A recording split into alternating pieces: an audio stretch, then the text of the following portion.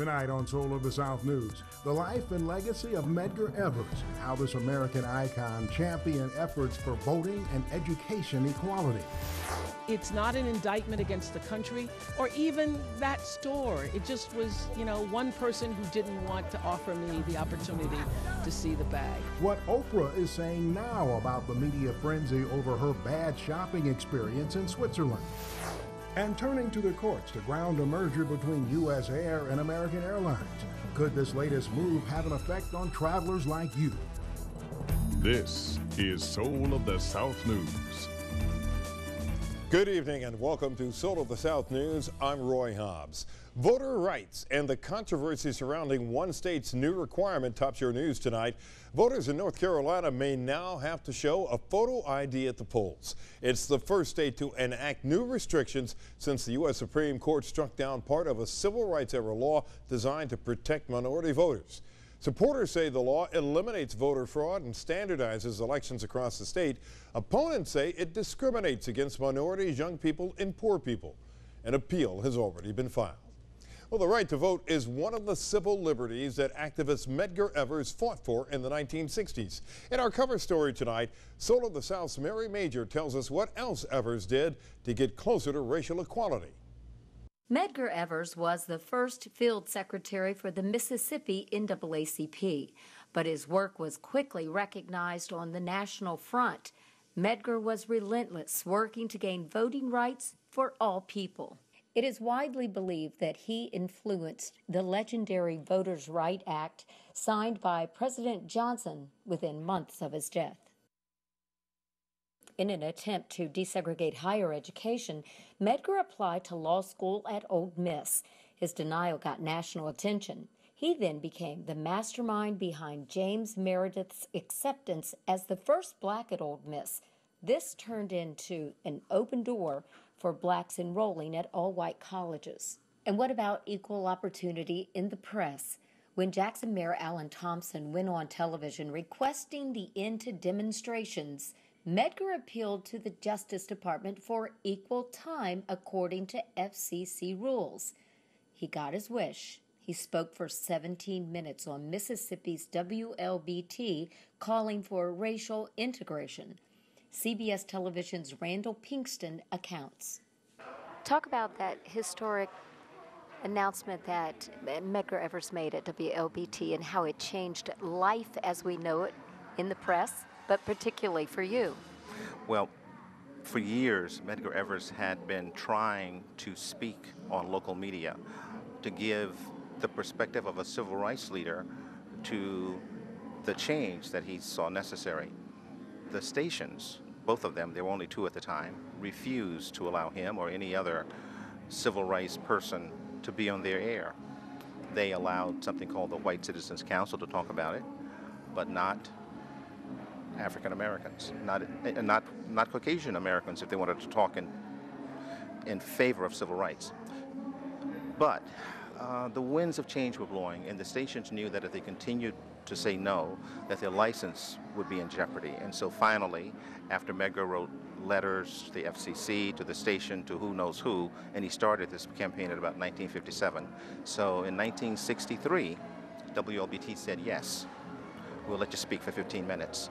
And he made this very eloquent, quietly impassioned speech, talking about his record as a veteran, that he was a taxpayer, that he was a law-abiding citizen, that he only wanted for his children and his family the same rights and privileges that all Mississippians who were Caucasian enjoyed. And he appealed for equality. And it was the first time that white Mississippians had heard a black Mississippian speak directly to them over the airways. Well, we know what happened less than a month later. Medgar was killed. But that speech gave some other people the idea that maybe we need to change broadcasting like he was trying to do. So a minister, Reverend Everett Parker, came to town a few years later, filed a license challenge against WLBT, and the station, in an effort to keep his license, began to hire people of color, and I was one of them. So I started because of what Medgar started. Emmett Till, a 14-year-old African-American boy, was lynched for whistling at a white woman. Although there was national outrage, his murderers were acquitted. Medgar led the investigation to reopen the case years later, resulting in conviction for his killers. Now no longer just behind the scenes, Medgar was in the front, in the public eye. They knew of him, and they knew his address. I'm Mary Major for Soul of the South Television. And still ahead on Soul of the South News. I think that incident in Switzerland was just an incident in Switzerland. New fallout over Oprah's shopping trip to a high-end store in Zurich. A judge dismisses discrimination claims facing celebrity chef Paula Deen. It's completely absurd to think that there's an environment of racism in our business. And why buying nail polish remover at a major drugstore chain could soon require a photo ID.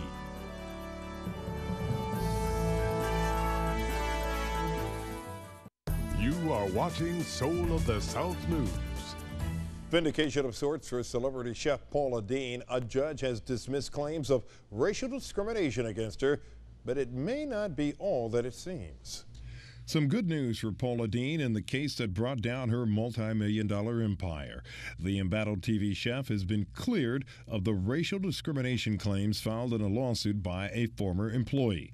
On Monday, a judge ruled that a former manager of Deen's Savannah restaurant could not be the victim of racial discrimination targeting African-American employees because she is white, writing that, at best, the plaintiff is an accidental victim of the alleged racial discrimination. It was a very big victory because summary judgment motions are incredibly rarely granted. It tells us a lot about the strength of the plaintiff's claims, that they were very weak. Deen's reps say they are pleased with the ruling. As Ms. Deen has stated before, she is confident that those who truly know how she lives her life know that she believes in equal opportunity, kindness, and fairness for everyone. It was in the deposition for this lawsuit that Deen first acknowledged using the N-word, and so Deen was thrust into a second trial of sorts, this time in the court of public opinion. The day I used that word, it was a world ago. It was 30 years ago. I had had a gun put to my head. Deen and her family went on the defensive. Our mother is one of the most compassionate, good-hearted, empathetic people that you'd ever meet. It's completely absurd to think that there's an environment of racism in our business. The scandal led to a devastating domino effect as Deen was dropped from deal after lucrative endorsement deal. The sad truth is that even if you are wrongfully sued in America, your best recourse ultimately is to just lick your wounds and move on. Now, Paula Deen's legal troubles are far from over. She still faces claims of sexual harassment and abusive treatment from that same lawsuit. Oprah Winfrey is apologizing for the media frenzy that erupted after she said she was the victim of racism in a Swiss boutique. Last week, in an interview with Entertainment Tonight, Winfrey said a shop assistant refused to show her a $38,000 bag because it was, quote, too expensive. Winfrey stands by the story as an example, she says, but cautions against reading anything into the situation.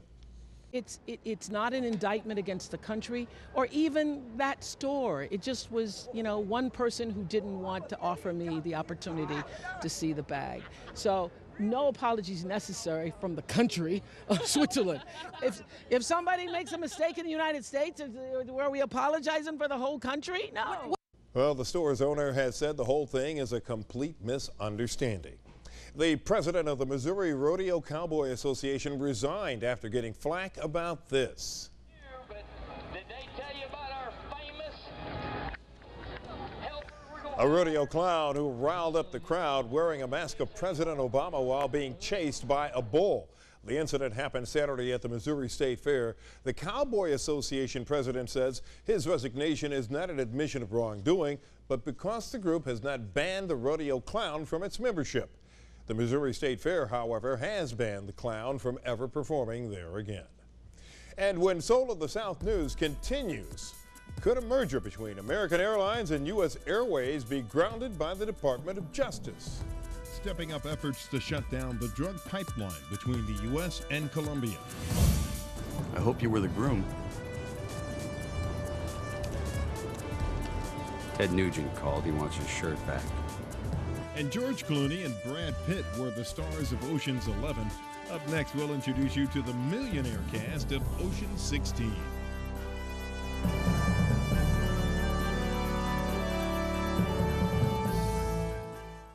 Soul of the South News. This is home.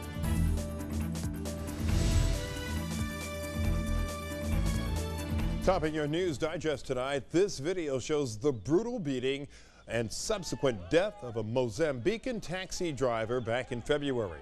Today, the 9 South African policemen charged with the murder were granted bail.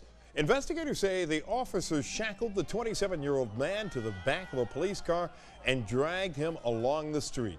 Police say they arrested him because his taxi was blocking traffic. He was found dead in a police cell hours after his arrest. The officers have pleaded not guilty. And 44 people died in a machine gun attack at a mosque in northeast Nigeria. The attack happened Sunday, but details are just now coming out.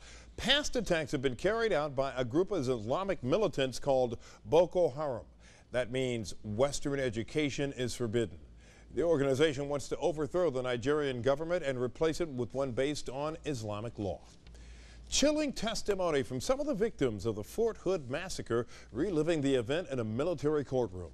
That's where Major Nadal Hassan is facing a court-martial accused of killing 13 and injuring 32 others in 2009.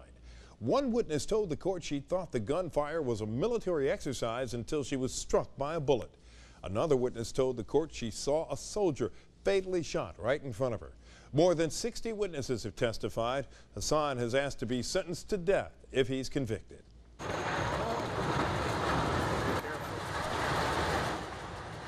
The sounds of the ground giving way before swallowing into a giant sinkhole, the Summer Bay Resort near Disney World. A day later, investigators are still trying to find out what caused the 60-foot wide sinkhole to form under the resort. It forced guests out of their rooms as one 3-story building collapsed and another slowly sank into it. Miraculously, no one was seriously injured. Here's incredible video of a fire in Erie, Illinois, where firefighters faced a wall of smoke and flames after a massive gas pipeline explosion this morning. Witnesses said the flames were shooting 200 feet into the air, followed by plumes of heavy black smoke. Police evacuated residents living within a mile of the area of the explosion. Most are back in their homes tonight. Erie, Illinois is about 40 miles from the border with Iowa.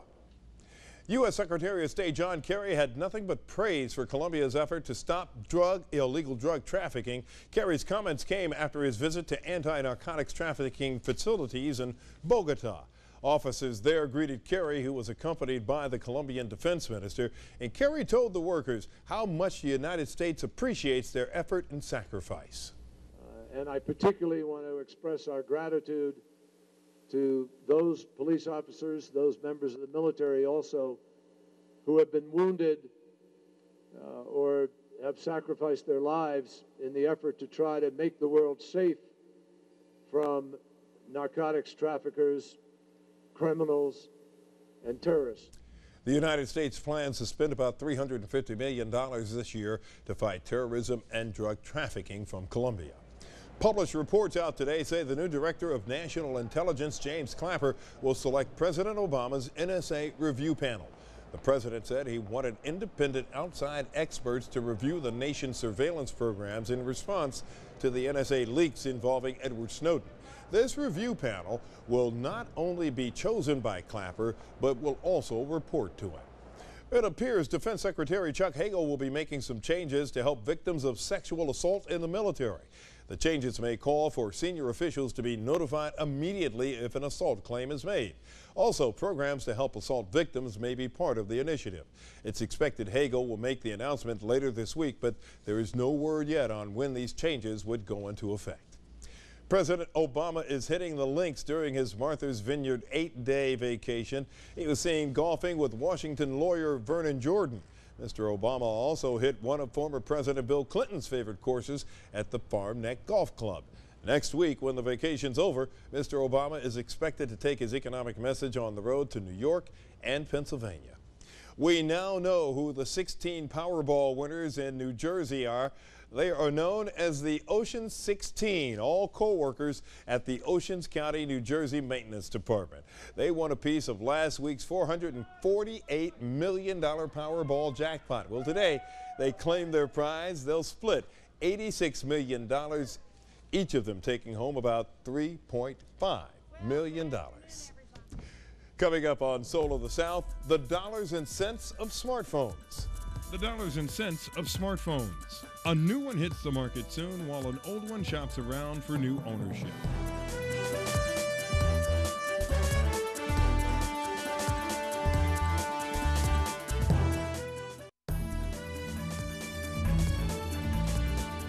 Top of your health news tonight, a new study links autism to induced or augmented labor. Inducing means stimulating contractions before spontaneous labor begins. Augmenting labor means helping contractions become stronger, longer, or more frequent. Because the researchers did not prove that treatments cause autism, experts say jump-starting labor is still a decision between the mom and her doctor. Now, before you send your kids back to the classroom, make sure they are vaccinated. As adolescents get older, some of the protection from their childhood shots begins to wear off. Plus, children can also develop other diseases as they age. The recommended vaccinations include meningitis, HPV, Tdap for tetanus, diphtheria, and the flu. And if you're not sure what vaccines your child may need, just see your pediatrician. Well, first it was cold and allergy medications, now nail polish. CVS drugstores are requiring customers to show ID to buy that product. It's another in the battle in the war against methamphetamines. That's because the nail polish remover in question contains acetone, which is one of the ingredients used to make meth in home labs. And in business news, a lawsuit could put a stop to the proposed merger of American Airlines and U.S. Airways. The Justice Department and attorneys generals from 6 states and D.C. filed an antitrust lawsuit challenging the $11 billion merger. The DOJ says it would decrease competition, creating higher airfares, baggage fees, and less service for customers. Apple could unveil its latest iPhone as early as next month. A technology blog says Apple plans to debut the iPhone on September 10th. The new version is rumored to include improved cameras and processors and a fingerprint sensor for added security. Apple won't confirm or deny the report. A BlackBerry may be for sale. The company has formed a special committee to explore strategic alternatives. That could mean a possible sale or a partnership of some kind. BlackBerry isn't worth what it once was. The company's stock price has dropped more than 90% since 2008. Later this week on Soul of the South News, Project Runway helped make Kato Mamalu a household name, and her fashions have launched her to international acclaim. My clothes, when you walk in, they're very different. They're not everyday runway, ready to wear on the rack. They're very individual, they're bold, they're colorful, they're unique, and they show a different point of view. Soul of the South News shines the spotlight on this Liberian native during a visit to her U.S. design studio. And we hope you'll join us this week for that story and more. I'm Roy Hobbs for Soul of the South News. Good night.